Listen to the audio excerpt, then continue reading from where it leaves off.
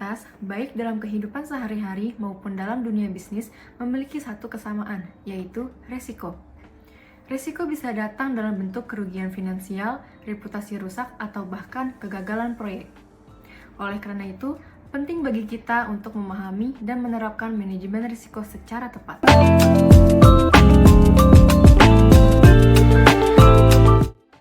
Manajemen risiko adalah proses sistematis untuk mengidentifikasi, menganalisis, mengevaluasi, mengendalikan, dan memantau risiko yang bisa mengganggu pencapaian tujuan organisasi atau individu.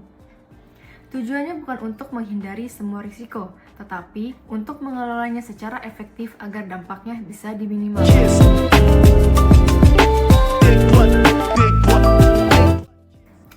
Langkah-langkah manajemen risiko ada 5. Yang pertama, identifikasi risiko.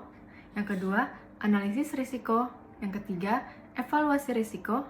Yang keempat, penanganan risiko. Yang kelima, monitoring dan review.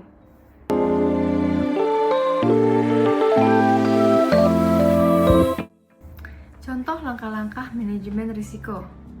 Kita ambil kasus sederhana, yaitu seorang mahasiswa mengelola risiko keterlambatan skripsi. Yang pertama, identifikasi risiko.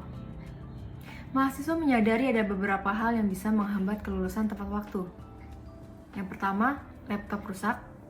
Yang kedua, kehilangan data skripsi. Yang ketiga, dosen pembimbing sulit dihubungi. Dan yang keempat, kehilangan motivasi atau burnout. Langkah yang kedua yaitu analisis resiko. Pilih resiko yang menjadi prioritas. Langkah yang ketiga yaitu evaluasi resiko. Semua risiko tidak dapat diabaikan karena bisa berdampak langsung pada kelulusan. Maka perlu strategi mitigasi. Apa itu strategi mitigasi? Strategi mitigasi risiko adalah langkah atau tindakan yang dilakukan untuk mengurangi kemungkinan terjadinya risiko atau mengurangi dampaknya jika risiko itu terjadi. Ingat, mengurangi, bukan menghilangkan. Strategi mitigasi adalah inti dari manajemen risiko. Seperti memakai payung saat mendung, bukan berharap hujan tak turun, tetapi bersiap kalau hujan akan datang. Langkah yang keempat yaitu penanganan risiko. Strategi yang dilakukan jika laptop rusak. Yang pertama, simpan dana darurat untuk servis. Yang kedua, gunakan komputer lain saat darurat. Selanjutnya, strategi yang dilakukan jika kehilangan data skripsi. Yang pertama, simpan file di Google Drive dan hard disk eksternal. Yang kedua, backup mingguan.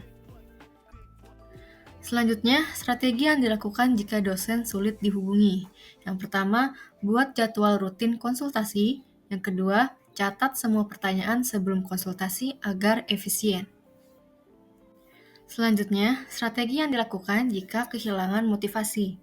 Yang pertama, buat timeline pengerjaan.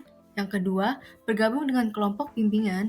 Yang ketiga, lakukan istirahat secara teratur. Langkah terakhir yaitu monitoring dan review. Setelah semua proses manajemen risiko sudah dilakukan, jikalau masih ada risiko yang terjadi setelah monitoring, maka ulangi proses manajemen risiko ke langkah pertama. Risiko tidak bisa dihindari, tapi bisa dikendalikan. Dengan manajemen risiko yang baik, kita bisa membuat keputusan yang lebih bijak, melindungi aset, dan menjaga keberlangsungan organisasi. Karena pada akhirnya, manajemen risiko adalah seni menghadapi ketidakpastian dengan